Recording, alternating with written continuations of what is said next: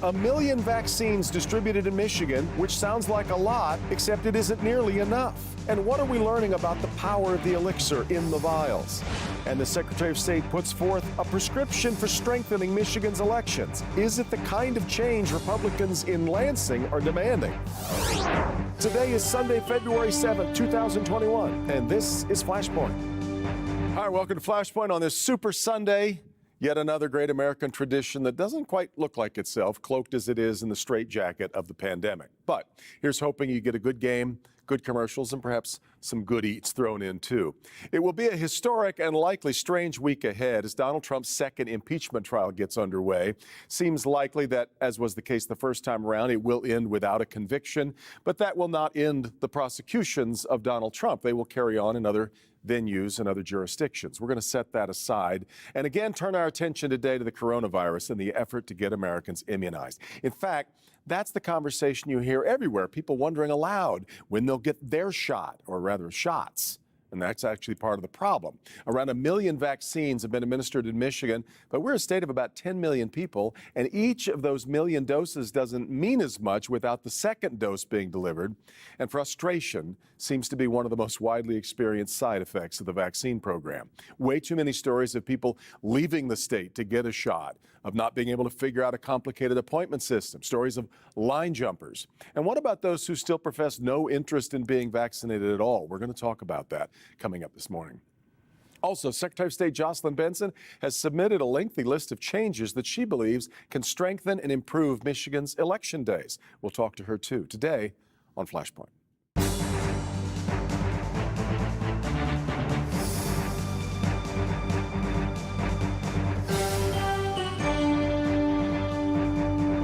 All right, off the top, we're going to talk about the vaccine effort, and I want to start with Michigan Congresswoman Debbie Dingell, who spoke pretty eloquently this past week about what she's been hearing from very frustrated and, in many cases, angry and heartbroken constituents. Debbie Dingell joins us from Washington. Congresswoman, tell me a little bit about the phone calls that you've been getting from people who just can't figure this vaccine out.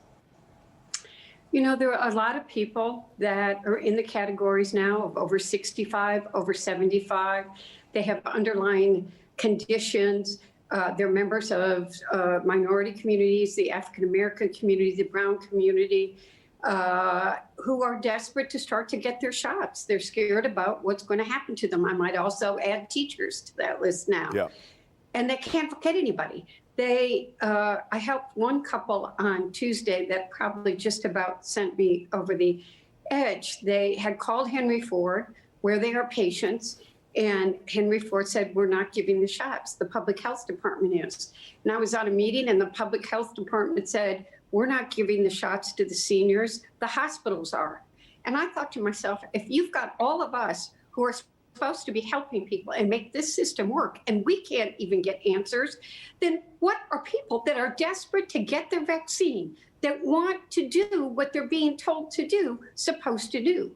We need more vaccine, and we need better communication.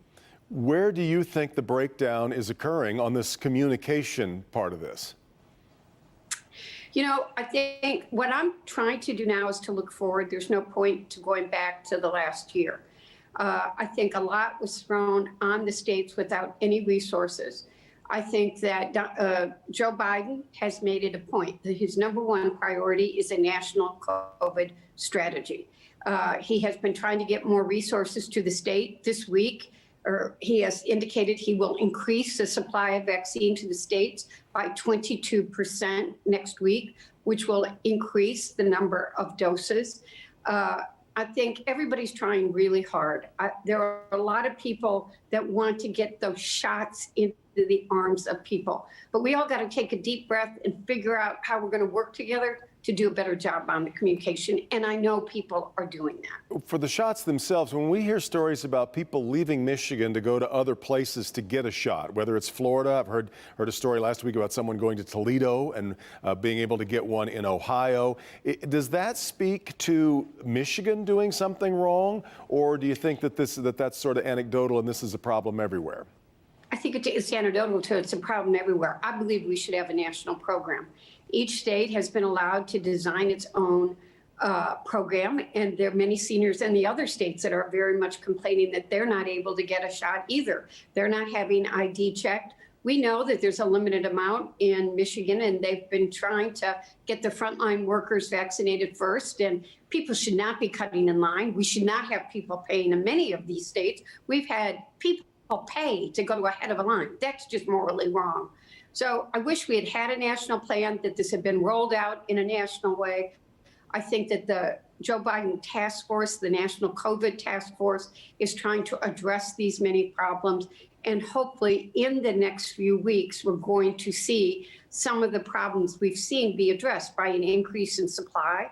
The Defense Production Act is going to be put into use. Johnson & Johnson's now today asked for an emergency, or this past week, asked for an emergency approval for a third vaccine, which will increase the numbers. And we all have to do a better job of making sure that those who are eligible for these vaccines know how to go and get them. Well, fitting that there's a picture of Rosie the Riveter over your shoulder, almost extending her arm for a vaccine, and it says we can do it. Let's certainly hope so. Congresswoman Dingell, you're, of course, so very at home on Flashpoint. Good to have you back. We'll talk to you again soon. Thank you. And we can do it. I hope so. I want to turn now to one of the leading authorities on vaccines, and we are so lucky to have him so close at hand. Dr. Arnold Monto is a professor of epidemiology at the University of Michigan School of Public Health, but he is also the acting chair of the FDA's Vaccine Committee. And Doctor, it's really good to have you on the program. For starters, I'd like for you to give me your thumbnail thoughts on where you feel we stand right now, given all you know about the road it's taken to get here. How are we doing? Well, I think we're doing as well as can be expected, given all the transitions and all the other things that have happened in the last several months. The biggest problem we have is supply. Yeah. And as the supply increases, I think all of our controversy about people jumping queues and all the rest will start to go away. When we have enough vaccine, such as with mainly flu seasons, we say that there's no wrong arm. Everybody should get the vaccine, but we can't say that now. We have to prioritize. Are you concerned about those who still voice fears and even opposition to receiving the vaccine? Are you worried about not being able to break through? Well, I'm not as worried as some, because I think right now we have pent-up demand, and most of the demand is coming from those who are in risky situations, those people who have the highest likelihood of getting into trouble if they get COVID, or if they are most likely to be exposed to COVID. I think the issue of minority populations, I think that will be a problem as we go forward. And there we may get into an issue of accessibility, because right now, if you're linked into the system, it's easier to get vaccine. And we really have to work on that part. This issue that we have with needing two vaccines for most of the vaccines that have been made available to us, I think some people were really hopeful that maybe the Johnson & Johnson vaccine, which is just a one-dose vaccine, might be easier. It's easier to store, easier then to administer to people, since they just need one appointment. However, we find that the efficacy isn't quite as good. Was the Johnson & Johnson a game changer, or is it basically the same as what we already have if you were to only get one of the shots of the Pfizer or Moderna vaccines? You know, we have to reserve judgment on the Johnson & Johnson vaccine. We haven't seen their full briefing document, which we will see in a while. Yeah. So we can only go on what we've learned from press releases and things like that. It is a one-dose vaccine. That could be a good thing if their protection against uncomplicated disease was higher. The big advantage is handling, because we do have situations where it's hard to get vaccine to some remote areas. The current vaccines, which require ultra cold freezers. I think we have to be careful about the one dose versus two doses. In some ways, it's more or less apples and oranges because we do get good protection with one dose of the current vaccines, the mRNA vaccines that are currently approved. Yeah. We wouldn't be there's been some controversy about holding back the second dose, but we don't have data on that. So we really are left with big questions. And that's why most of us have advocated going ahead and giving a second dose. Yeah, I was reading this week that you were not a fan of the idea of skipping that second dose, but we keep learning more about these as we go. For instance, the finding this week that the AstraZeneca, the Oxford vaccine, seems to show great promise against spread.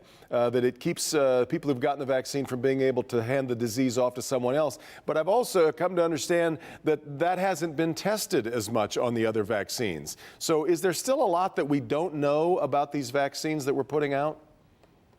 Well, there is a lot we don't know. And some of us who are involved in looking at transmission will look at the claims of less virus coming out of people who are infected and say, that's not really transmission. What we have to do is make sure that it doesn't actually spread from one person to another.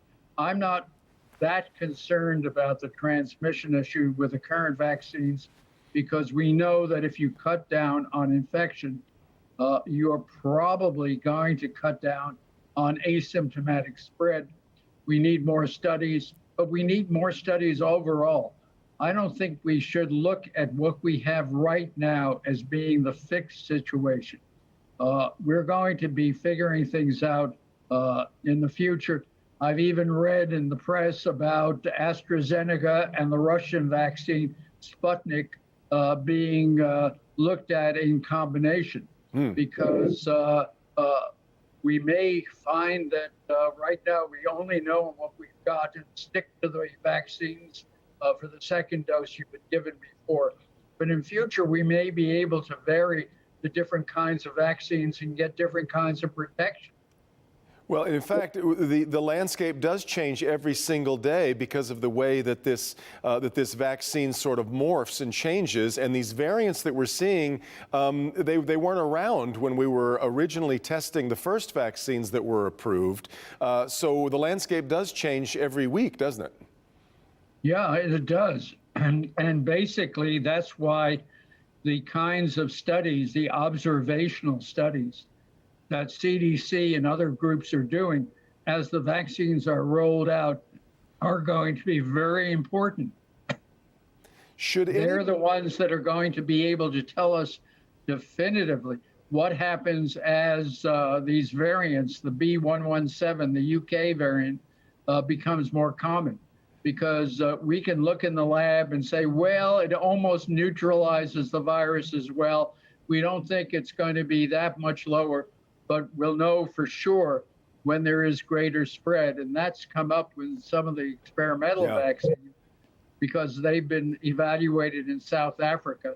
And the South African variant from lab studies looks like it might have a little lower efficacy. The last thing I wanted to get to was I wonder if we are flooding people with a little too much information. Everybody knows that there are all of these different vaccines out there. If I'm someone who is in line to get my vaccine, should I be concerned about which one of them I'm receiving? And should I be asking for one? Or but should I be looking for the option to get one vaccine over another? Well, let's look at the situation now with flu. If you're an older individual, you should be asking whether you have one, you're being given one of the vaccines that's designed for older people. So we already are in a situation where we should be asking questions about the vaccine. Right now, with the 2 mRNA vaccines, whatever they have, and believe me, for those people who are searching to find a place to get the vaccine, whatever they have, the 2 mRNA vaccines are nearly identical, and they should get whatever is available. Now, as we go forward with the J&J vaccine, we can't predict and the Advisory Committee on Immunization Practices will look at the results of the approval, see what the data are, and may make recommendations about one part of the population being preferred to get that vaccine compared to the mRNA vaccine. I haven't seen the breakdown in the data. We won't see that for a number of weeks, but It might be that it's better in younger people than in older people. Can't predict. And that may be the determinant about which vaccine to get. As I mentioned, Dr. Monter, we're so lucky to have you right in our backyard, and I'm really grateful that we had some time to spend with you today. Thanks so much. Stay safe, and we'll talk to you again soon. We'll take a quick break. We come back, Michigan Secretary of State Jocelyn Benson. This is Flashpoint on Local 4.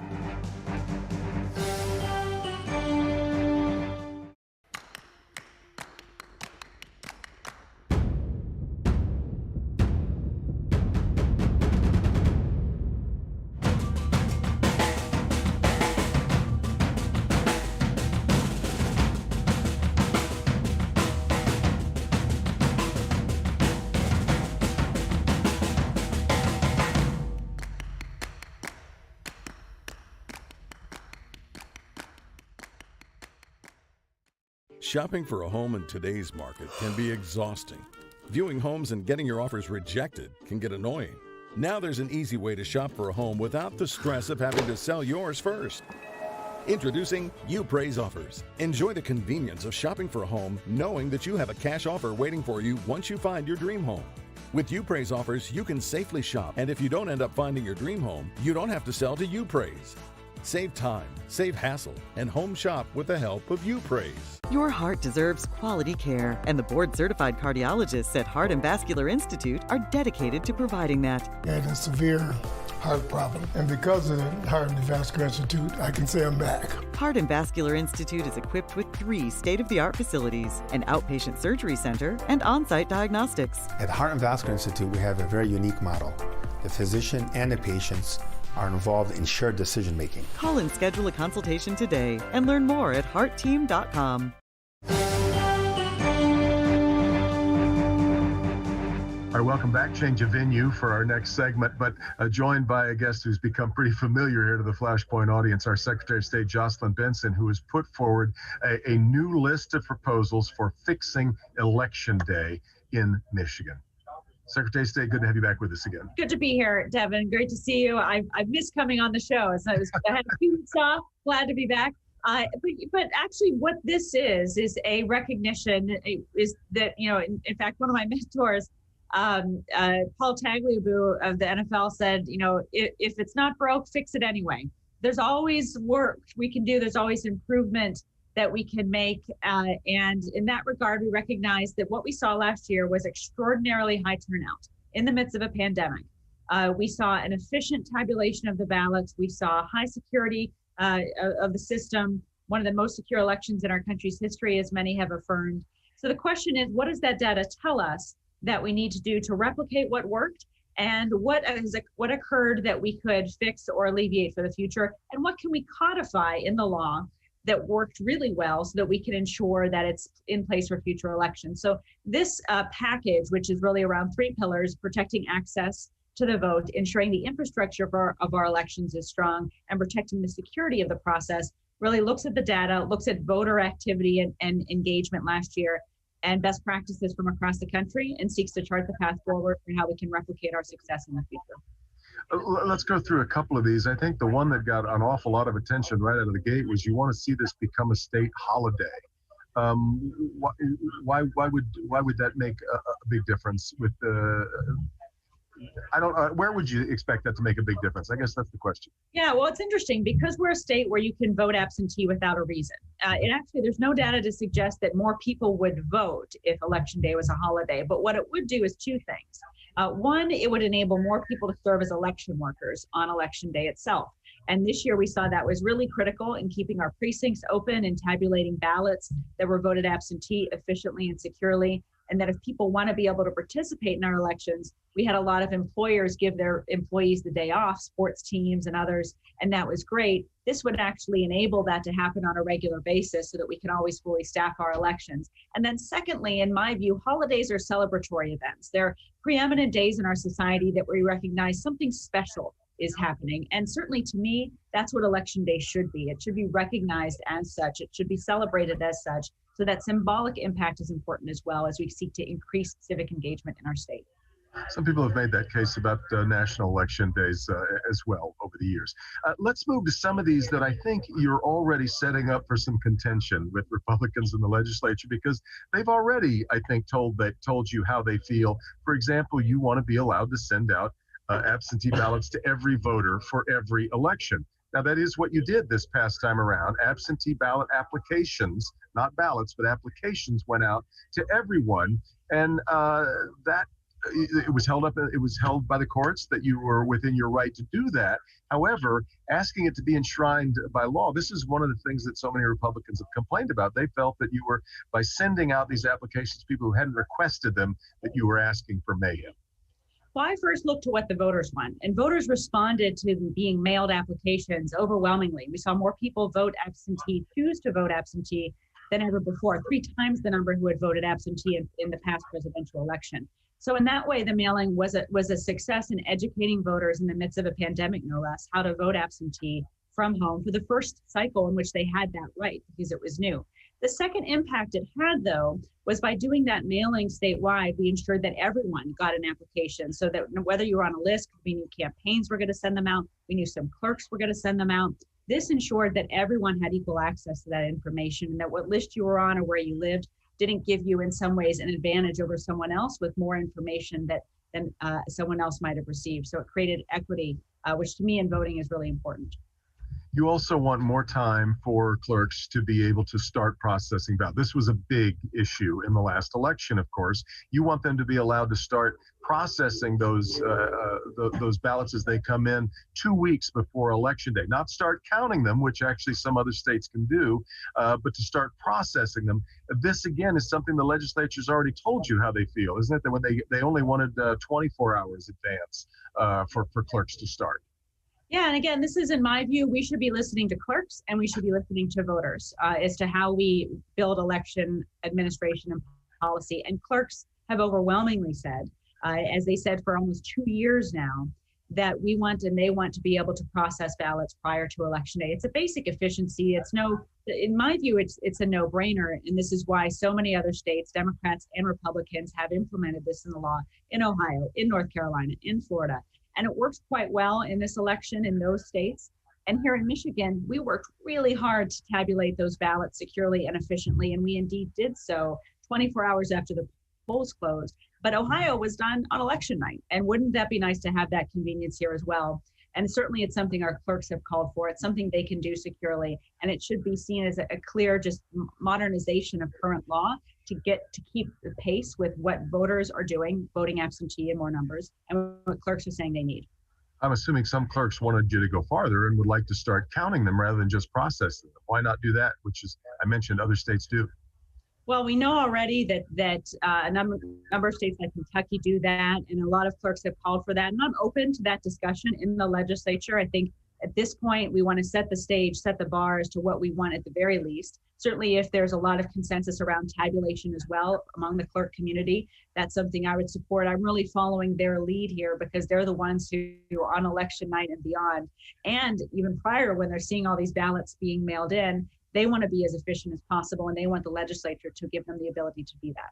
I've just got a few seconds left, but the last question, not allowing anyone to bring a gun to anywhere close to a polling place. Some people would say that is a solution in search of a problem. Has that been a big problem that needs to be addressed?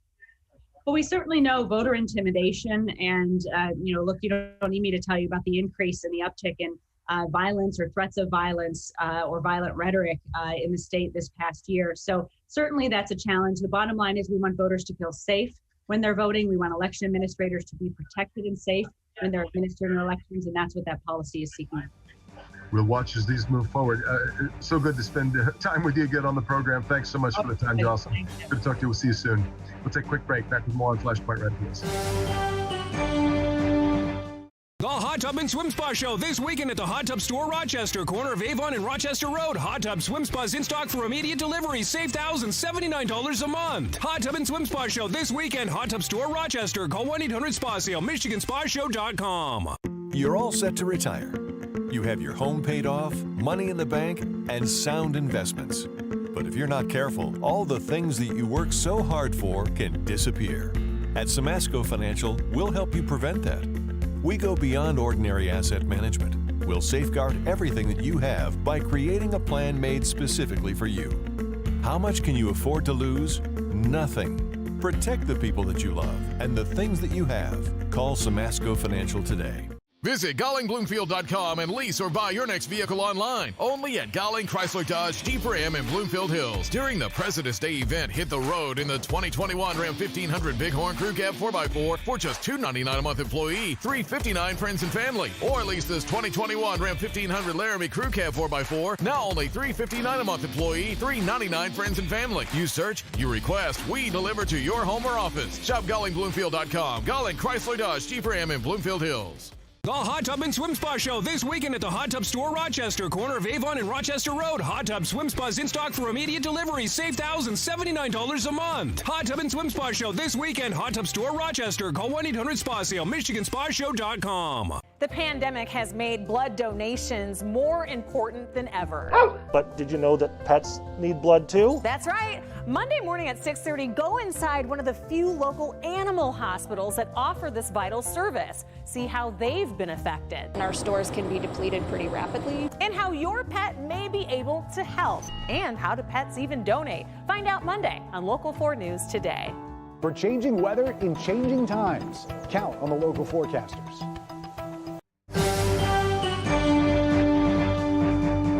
That's going to do it for us. As I mentioned off the top, it is obviously a big week ahead with the impeachment trial getting underway in the Senate. We'll have that covered for you throughout the week on Local 4 and through NBC News as well.